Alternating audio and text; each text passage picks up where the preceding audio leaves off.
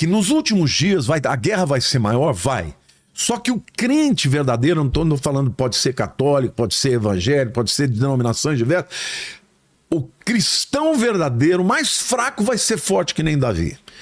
E a casa de Davi, que fala da cristandade aí no caso, será como o anjo do Senhor, que é como o próprio Deus, ou seja, vai ser imbatível, ninguém vai nos vencer. Agora, Apocalipse capítulo 12, versículo 11, também fala de um tempo de guerra, diz assim: eles, pois, é a guerra final, né? Sim. Eles, pois, o venceram por causa do sangue do Cordeiro. Tá falando do anticristo, tá?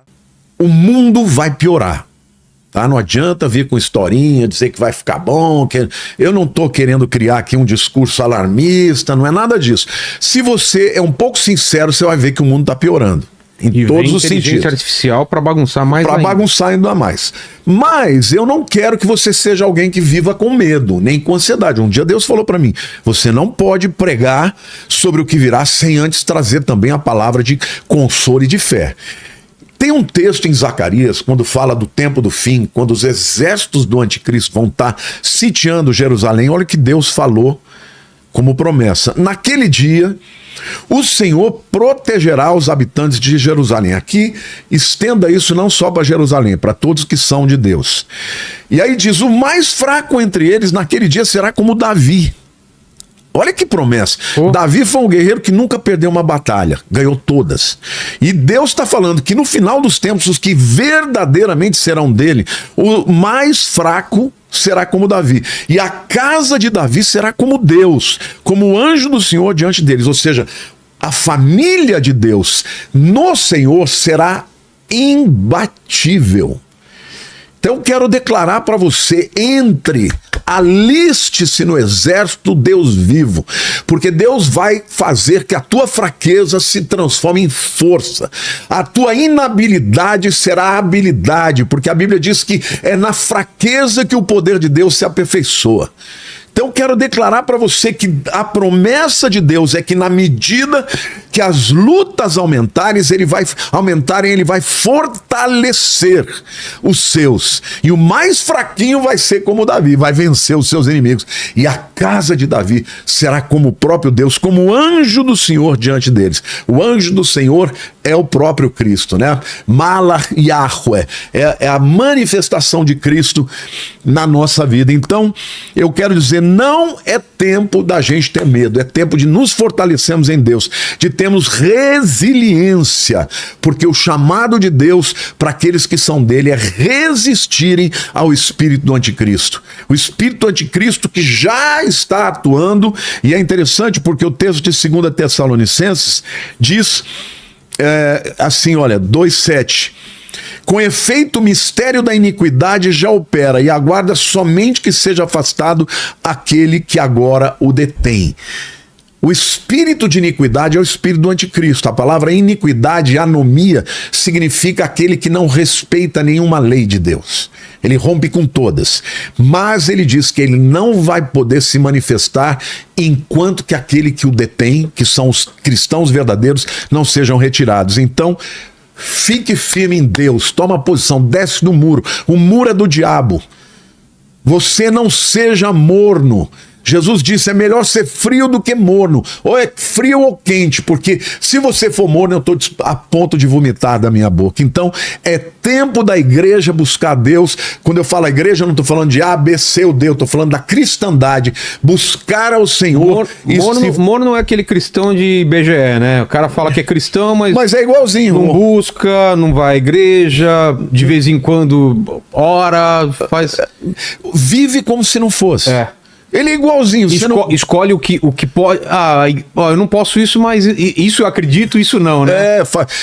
É o agente secreto. O que é o agente secreto? É o crente agente secreto. Como que é? Ninguém sabe que ele é. Eu conheço alguns aqui que trabalham aqui nesse podcast, hein? Vou começar a chamar o Lênin de agente secreto, então, né? Não, mas eu tenho provas, hein? Eu tenho provas. Tá bom. É o crente não praticante, né? Eu sou o não praticante. Agora eu queria entrar, Vilela, na questão geopolítica.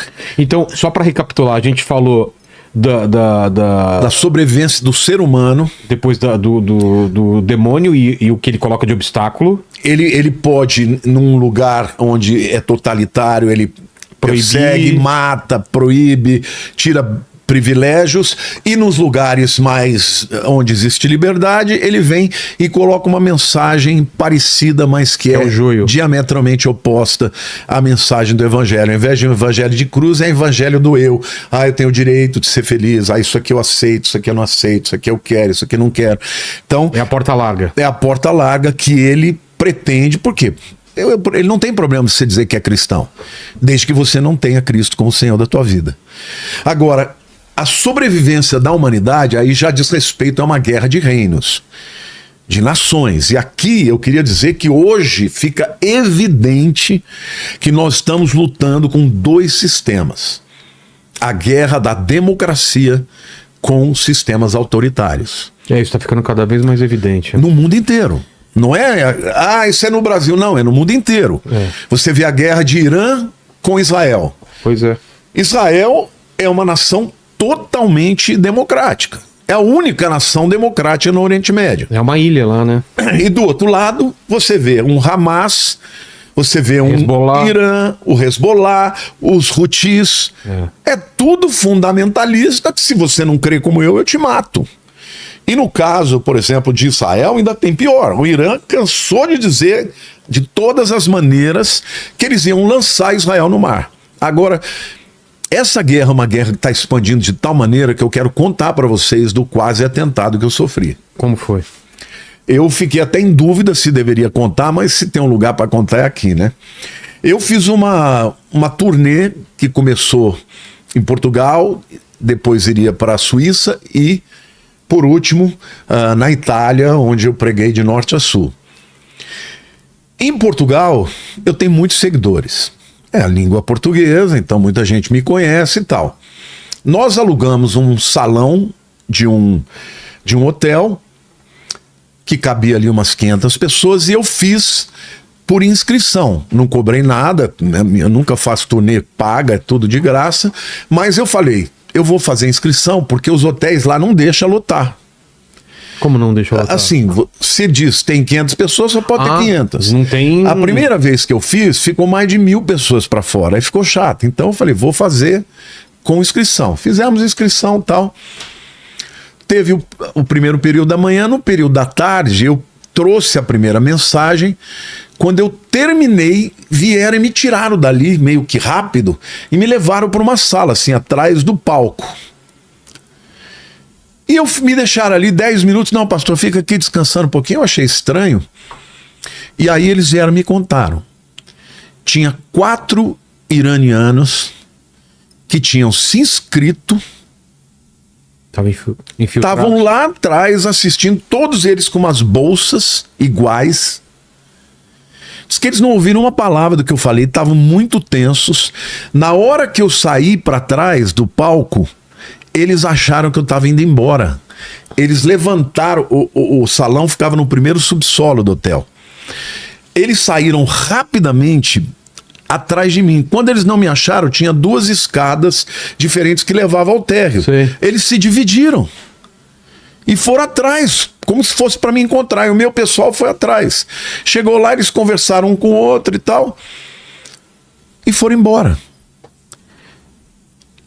Um dos rapazes que estava lá, é muito bom a internet, como tinha foto, eles tinham se inscritos. Os camaradas tinham vindo de Lisboa, 3 horas da cidade do Porto. Eu estava no Porto. Agora, o que eles foram fazer ali? Não eram cristãos, não ouviram uma palavra, estavam com cara tensa, com bolsas iguais. Eles falaram para mim na hora, pastor, pode não ser nada, mas pode ser que eles viessem com uma intenção ruim. Vai embora. Eu tive que sair do hotel às pressas. Meu Deus. Eu tinha um voo na segunda-feira para Milão, de Lisboa. Eu saí do Porto, fui para Cascais, não avisei para ninguém onde eu ia, e depois antecipei um dia a minha viagem para Milão, fui no domingo ao invés da segunda. Mas eles disseram, eles estavam com cara muito tensa. Agora, que 4 camaradas iranianos estavam ali juntos, vindo de Lisboa para assistir uma palestra de um cristão? Então, No eles mínimo, isso, né? falaram, olha, não dá para você correr o risco, porque e se for alguma coisa? Se dentro daquelas bolsinhas tivessem arma? Acabou, bastava um te dar um tiro e já era. Então eu fui embora, fiquei assustado, fui embora e depois, lá na Itália, eles falaram, não, aqui fica tranquilo porque não tem tanta gente que te conheça, afinal de contas aqui é italiano, a língua é italiana, você não prega em italiano. O que eu percebo, e depois vendo um documentário na Itália, eles falaram que o Irã tem 13 mil células terroristas no mundo inteiro. Pode ser que eles foram lá só para ouvir o que eu tinha para dizer. Mas não dá para saber. A verdade, Vilela, é que nós estamos vivendo num tempo em que estes totalitários estão invadindo. Então, quando a gente fala de uma guerra entre a democracia e governos totalitários, a gente tem na Europa a guerra da OTAN contra a Rússia, ou Ucrânia e Rússia, não é? A gente tem o Islã contra o cristianismo, os refugiados que estão entrando do na Norte Europa. ameaçando a Coreia do Sul. O eixo do mal, né? Coreia do Norte, Irã, China e Rússia. Então, na verdade, nós estamos vivendo tempos em que esses grupos totalitários... O pessoal estava perguntando se não tinha revista na entrada. Não tinha, né? Não tinha. Cara, uma coisa... A gente é cristão, a gente não pensa essas coisas, entendeu? Até falaram para mim, não, pastor, agora, quando você for fazer, você tem que contratar segurança. Eu nunca pensei nisso. Então, né? Que é uma coisa pacífica, falar de fala Deus, de Jesus, né? falando de amor, mas os camaradas estavam com cara de, sabe, de péssimos amigos. Agora, que você sai lá de Lisboa para Porto 3 horas, para fazer o quê? No mínimo para saber se eu ia falar mal. E é interessante, porque estava no auge da guerra do Irã com Israel, e eu fiz muitos comentários que deu milhões de visualizações. Não, lá não falei porque não era o tema. Não era o tema, né? Não era o tema. A gente vê também hoje a Europa está sendo invadida pelo islamismo. Por quê? Porque os países europeus hoje têm, na média, 1,8 filhos por casal. E os islâmicos que entraram, os muçulmanos, 6 a 7 filhos por casal. Então, países como Bélgica e França é irreversível, não tem volta. Mas Inglaterra, por exemplo, desde 1916 entrou um prefeito muçulmano em Londres, depois ele se reelegeu uma segunda vez, já está na terceiro mandato. Ou seja, eles vão crescendo em números, as crianças vão ficando adultas, começam a votar, e eles botam os líderes. Ou seja, a Europa está em polvorosa. A Itália está diminuindo a sua população. Onde você vai, você vê, eu fui em Torino. Lá em Torino, na principal praça, tinha um dessas cabanas dos palestinos, com bandeira palestina, falando impropérios contra Israel. Ali, a Europa inteira está sendo invadida e dominada. Agora, imagina o que vai acontecer daqui 30, 40, 50 anos, entendeu? O destino das nações europeias é muito complicado, entendeu? Tem uma matéria da G1 que diz assim: população muçulmana na Europa pode triplicar até 2050. Estudo aponta que a proporção de muçulmanos deve aumentar, particularmente em países como Alemanha e Suécia, mesmo em cenário que a migração cesse. Percentagem de membros da religião devem crescer no continente. Então, de um lado, nós estamos tendo essa invasão. Mas eu quero dizer para você que ainda não é o fim da história, porque Deus está levantando um grande avivamento também nas nações europeias. Os jovens estão cansados do discurso marxista e ateísta. Eles estão buscando a Deus, estão invadindo as praças, cantando o nome de Jesus, declarando a fé. Eu creio que ainda existe um tempo, Vilela, para que o cristianismo se levante para resistir, não com arma na mão, mas com amor, porque o povo muçulmano também precisa saber que Cristo ama eles. E tem muitos muçulmanos que estão se convertendo porque encontram o amor de Jesus através do testemunho de alguém. E alguns estão sonhando, estão descobrindo que Jesus é o Messias. Eu tenho um amigo, eu não posso citar o nome dele, mas ele faz parte desse grupo GKPN que eu faço parte. Ele é pastor de uma das maiores igrejas no Egito. Mais de 10 mil membros. Ele tem um acampamento para liderança. E um dia, ele estava com umas 200 pessoas lá de liderança e ele começou a ensinar como é que orava. Porque muitos se convertem e não sabem como orar, como falar com Deus, é uma cultura completamente diferente. E aí tinha uma pessoa que ele olhou, ele não conhecia, era diferente dele. E quando ele deu oportunidade para as pessoas orarem, esse camarada se levantou no meio e começou a orar, mas com uma tremenda unção, de uma forma diferenciada. Aí ele achou esquisito. Quando o camarada terminou, ele falou assim: olha, que bom, você orou com uma unção tremenda. Ele falou: não, eu não estava orando, eu estava falando com Jesus. Issa, né, que é o nome de Jesus. Ele falou: é mesmo? Ele falou: ele estava aqui falando comigo. E eu quero pedir que vocês orem por mim, porque eu falei para minha esposa que eu vim aqui só para comer. Porque vocês sempre servem um bom banquete. E ela falou: não vai, porque eles vão te converter. Ele falou: de jeito nenhum, ninguém me converte. E ele falou assim: agora eu não sei o que eu vou fazer, porque eu sei que ele é o Senhor e o Salvador. Como é que eu vou explicar isso para minha mulher? E eles oraram por ele. Poxa. Quando ele chegou em casa, ela estava chorando. Ela falou: Jesus me visitou. E ele é o Senhor e Salvador. Então, Vilela, Deus está fazendo isso. Agora, queridos, nós cremos no Rei dos Reis, no Senhor do Universo. No final da história, Jesus é o vencedor. Então nós não podemos ter medo do que vai acontecer. Nós temos que viver um evangelho, Vilela. Um evangelho que constrange as pessoas pelo amor, pelo testemunho. Agora, se a gente começar a vestir armas humanas, começar a odiar o outro porque pensa diferente, e nós podemos ser levados para esse tipo de coisa, sabe o que vai acontecer? O nosso testemunho vai perder força.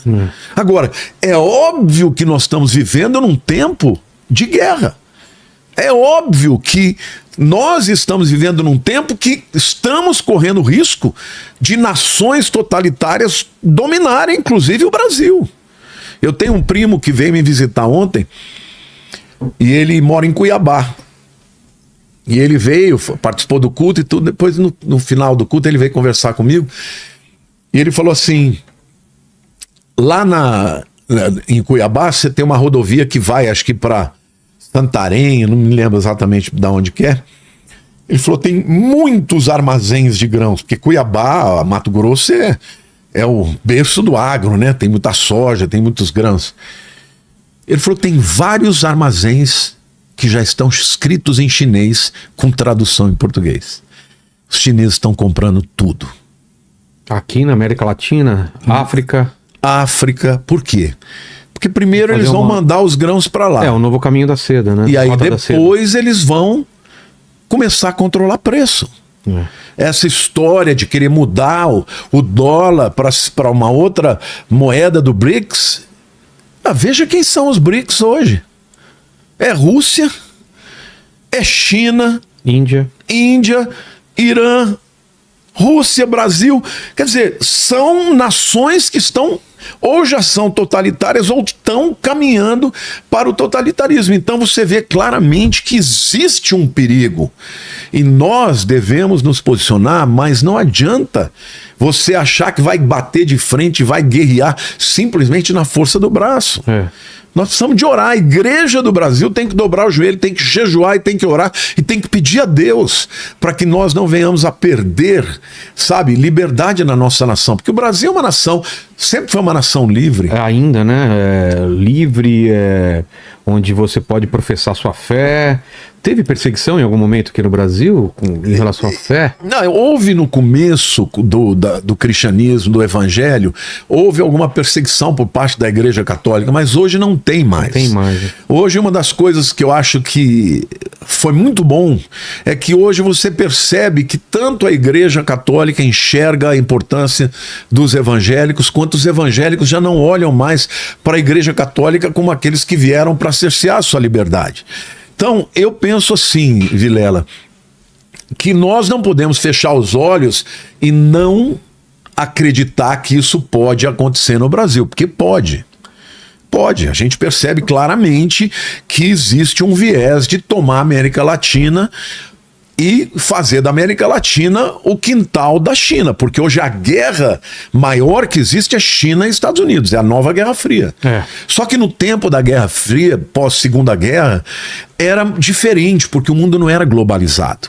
Era Rússia versus Estados Unidos, só que você não tinha nações do mundo inteiro aderindo a esses blocos maiores.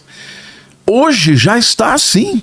Você vê de um lado a OTAN, a Europa, do lado da Ucrânia, mas você vê a Rússia sendo apoiada pelo Irã, pela Coreia do Norte, né, pela China. E o Donald Trump tem se levantado porque ele percebeu que se ele não fizer alguma coisa, ele vai perder toda a América Latina.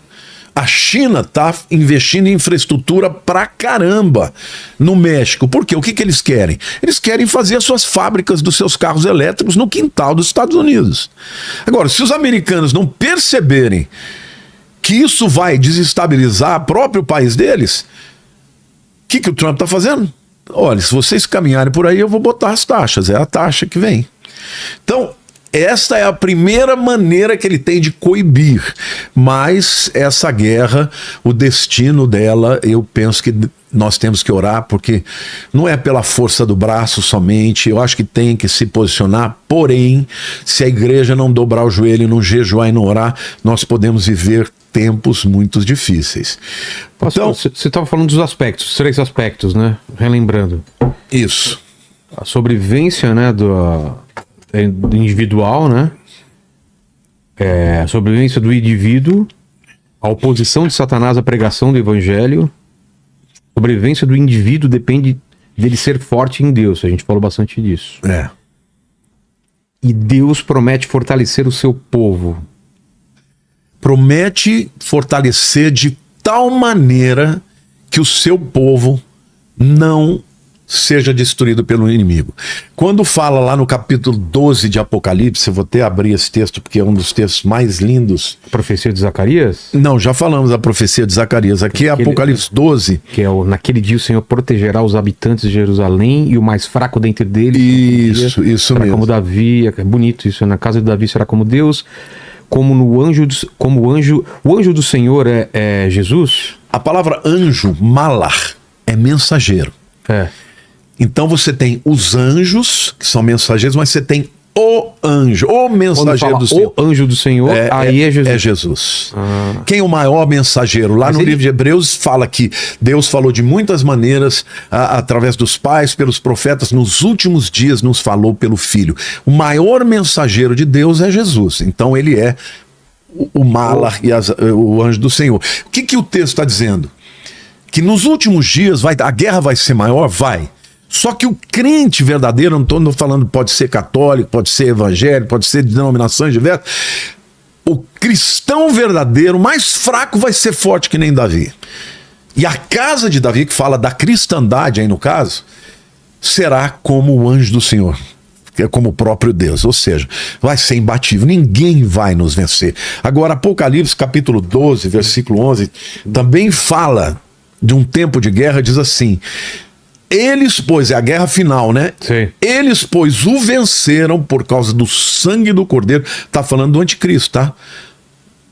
Os cristãos vão vencer o anticristo por causa do sangue do Cordeiro e por causa da palavra do testemunho que deram. E mesmo em face da morte, não amaram a própria vida. Ou seja, Deus vai levantar um grupo de pessoas que amam tanto a Jesus e que vão vencer o espírito do anticristo por causa do sangue de Jesus. O sangue de Jesus é que quebra todos os poderes das trevas.